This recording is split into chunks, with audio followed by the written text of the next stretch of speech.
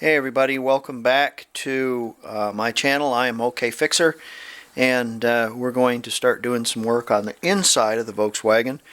I've got some insulation here that I'm going to lay down. I got it from the Blue Box store. These rolls were $9 a piece. They're not very thick, but they will afford some insulation inside of the car, some sound deadening. To go over your metal, and so we're going to lay that stuff down. And I also bought a set of carpet, and the carpet I bought was from Rock Auto. Now the carpet from Wolfsburg West is $600 for the carpet set, and I thought about that, and it's like, man, $600, and you're not even doing the center of the car, you're just doing the kind of the outsides. And so I got this for I think $200 from Rock Auto. It's a complete set, and it includes the floor pans. So I wanted carpeted floor pans. Some of you don't. Originally they had a rubber mat, which is fine, but we don't have a lot of wet conditions here. It'll afford more insulation in the car and make it less noisy. I bought the premium, which doesn't look like much. I can imagine what the non-premium looks like. So it's not the greatest, wonderfulest job in the world, but it will suffice.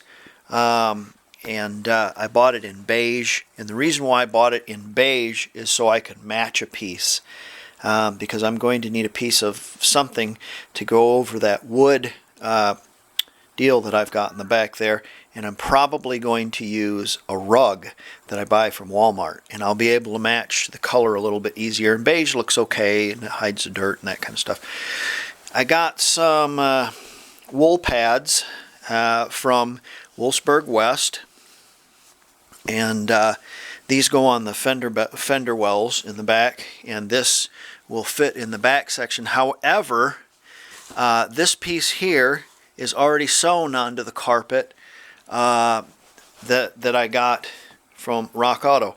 So I have an extra piece of insulation, and which will work fine, because we'll cut that and put that on top of the wooden piece that comes up like this. So, but before we can put any of the carpet down, we've got a lot more work to do. So let's get rolling with the insulation and work forward to the carpeting. Okay. Again, it doesn't have to be perfect, it just needs to be. This is some stuff that was given to me, and this is the stuff that I bought. And this has like a little plastic coating on the outside, and this has got the aluminum coating on it. So, you know, you're not going to see any of that because the carpet's going to go underneath it. So the more insulation you can lay down, the less noise you're going to have in your car. And if you don't know, the difference between an expensive car and a cheap car is the amount of insulation they put in them. So quiet cars have lots of insulation in them. So, all right, let's get along there. And there's a tar pad partial one there, so we'll just go up a little bit into that. And I'll probably go along the bottom on either side, but I have tar pads that go here too. We'll see how much of this stuff we have. We'll go as far as we can. I found that cutting strips maybe a foot long will help you to, you know, it's more manageable at a foot long, because you're, you know, that way you can overlap and such. So, and again, you know, it doesn't need to be perfect. It just has to be.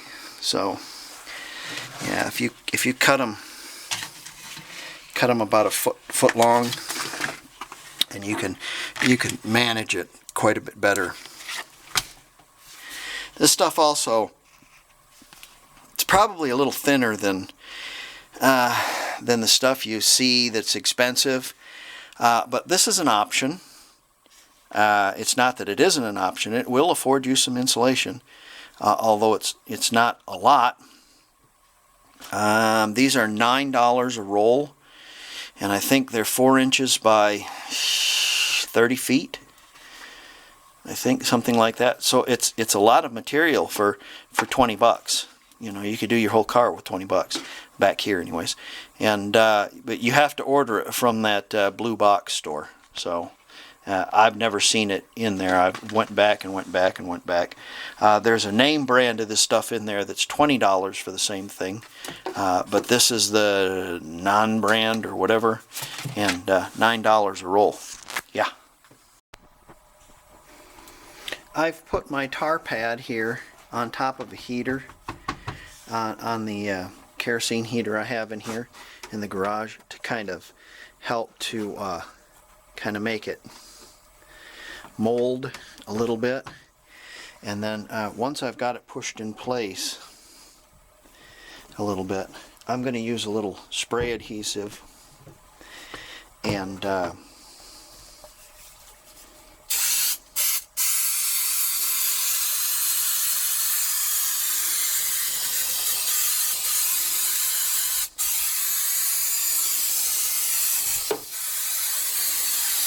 yeah.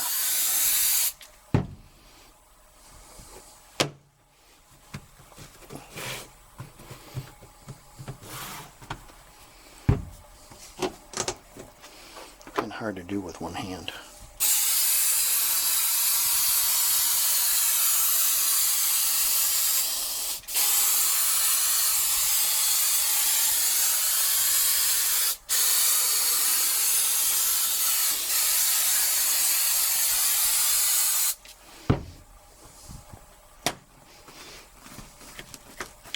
I gave this a little slice right here. Sometimes you give her a little slice and it'll be okay. Remember, this is all just going to go underneath the carpet anyways. So that's how I'm going to lay my tar pads down. Probably put some, and that way they stick down better. But any little bit of insulation I think that you can do back here is probably going to be night and day difference. I like the idea of having a full carpet set also because of the insulation quality there. Alright. Well, I've put my cart in front of my horse again, and so I need to back up a little bit before I go laying down the rest of the insulation over there, because I'm going to make quite a mess cutting out this wood. Maybe I can put a towel down or something, but when you put this insulation down, you kind of got to sweep everything out, and sawdust and stuff doesn't help it stick, that's for sure. So with our square, and this came on the back of the box of these Kenwood speakers. I bought 4 of them, and I've got a stick of wood here and a stick of wood there underneath, and should have plenty enough room to put a speaker there. I'm kind of putting them off to the side a little bit. That way when somebody heaves a big, milk crate full of rocks back here, it doesn't completely crush them. And I'm going to take the speaker and I'm going to put it under the wood. And then I'm going to put a piece of screen over it. And then I'll put this over the top of that. And it will afford some protection. And of course there'll be carpet padding and there'll be carpet there, so this will be kind of recessed into the carpet a little bit, and the carpet padding, because carpet padding is pretty thick, so we ought to be all right. We'll be recessed in there a little bit. The grill will be, you can smash the grill, but the screen underneath it will help crap being down in there. And I bought some screws also that are longer for this application at Ace. So I've got our holes, and for drilling, and then we'll use the saber saw and cut that out. Let's get a towel up underneath there, a couple of them, and then we'll drill these holes, and then we'll be done with that. And also, I want to show you this. See if you can guess what that is. Yeah, that's exactly what that is. So I just have that set in there, and what we'll have is we'll have a little post coming up with a loop through it, like a hole cut through it. So you know, you can put a key in it and open and close it, and that will serve as a lock. So no one can, oh, I don't know, steal your battery, get back in there and fidget with your electrics to try to make them work, and you can put stuff back here and have them relatively safe. Completely thief-proof? No, but you know, every little bit helps. So okay, let's get to cutting. See, I told you I'd make a giant mess. Okay, but now we have these cut out where the holes will fit, and yeah, like I said, the speaker's going to go up underneath it, and we can attach our wires and get them ready, and there you go. And I bought Kenwood speakers to match the Kenwood stereo, so we can put our wires kind of back here, and then they'll pivot until they break off. And we'll attach them, and we'll go across, and we'll attach the other one, so it should be just fine.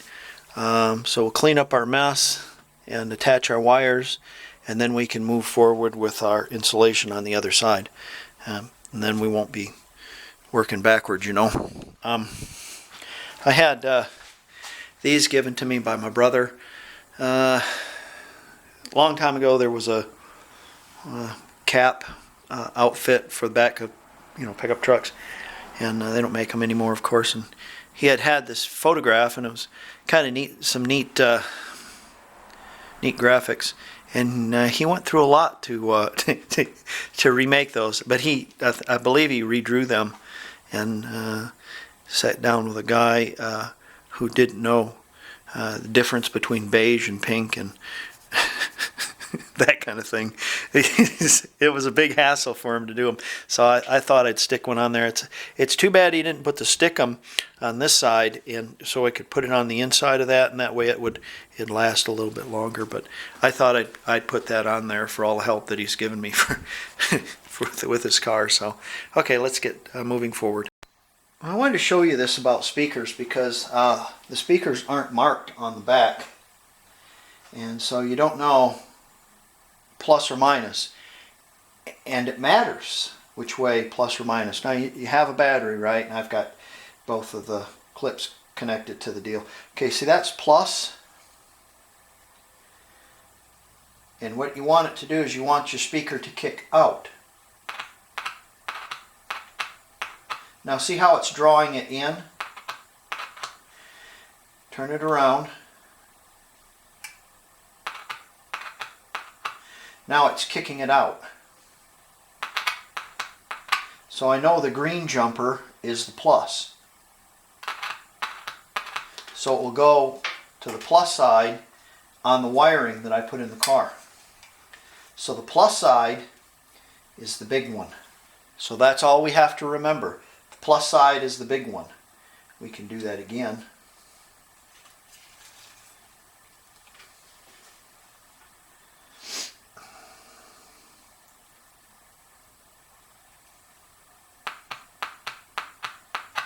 Just use a 1.5 volt battery.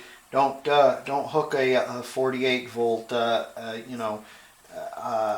forklift battery to it or something like that. Okay, just that'll do just fine. It won't burn up the voice coil or anything, but it'll kick it out or pull it in depending on which way you have it.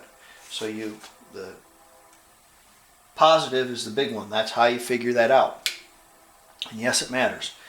So I bought these for the car, the Volkswagen, but they're just huge. They're just too big, and they wanted a lot just for these. So I guess I'll use them for something else because they're too stupid big. And I should have looked around the shop, and I have a couple of Folgers cans. So I think what I'm going to do is I'm going to make speaker cans out of these. So let's get after it. These will be for the front of the car.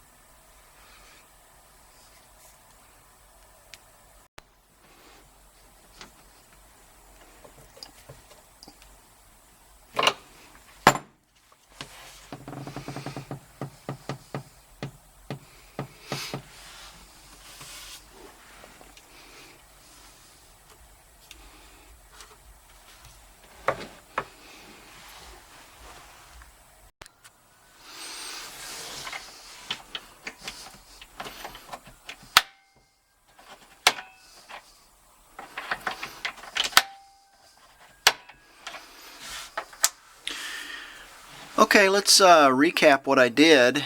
I have I'll have to look at that because it looks like it's sitting on the battery. I'll have to massage that a little bit. I have my ground off when I was wiring all this up. Now, what I've done is I put a switch that shuts the power off to the car. And there's a lock there, so you can't get in there and jump it. And these are no longer made of, they're made out of wood. So hard to kick out, hard to get in there. So more difficult to keep it from being stolen. I had to tap in my, on the heat deals there, that wasn't a big deal, tap that in. And then the wires that were dedicated grounds, one of them is still a dedicated ground to the outlets in the glove box. The other one I did not have hooked up, so what I did is I now have a dedicated fused positive. There's a 10 amp fuse right there. So if it goes awry, it'll pop that fuse. And it's going to the yellow wire on the stereo, which is the station preset wire. It keeps all the presets and keeps the clock. So if I disconnect my power, my clock and my presets are still on in my stereo. Alright, and then we welded that on, and let's see if we can bolt that down. That works quite well. Now, it's got a little slop in it, but realize that there's going to be carpet wrapped around it. So it's going to take that slop up. And we'll be able to go right over the top of this with a piece of carpeting and have a little escutcheon just for the key. So it'll be very unobtrusive. Put our insulation in. Did a lot of insulation and cleanup, and I think we're ready for carpeting now. So got some holes cut.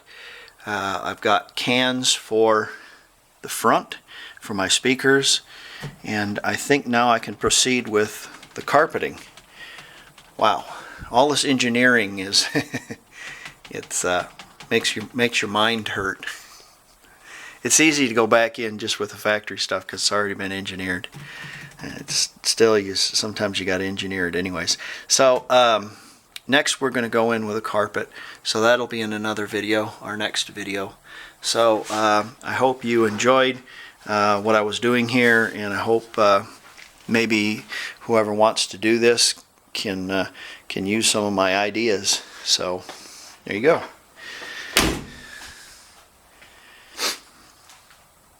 Don't go topless, guys. See yous.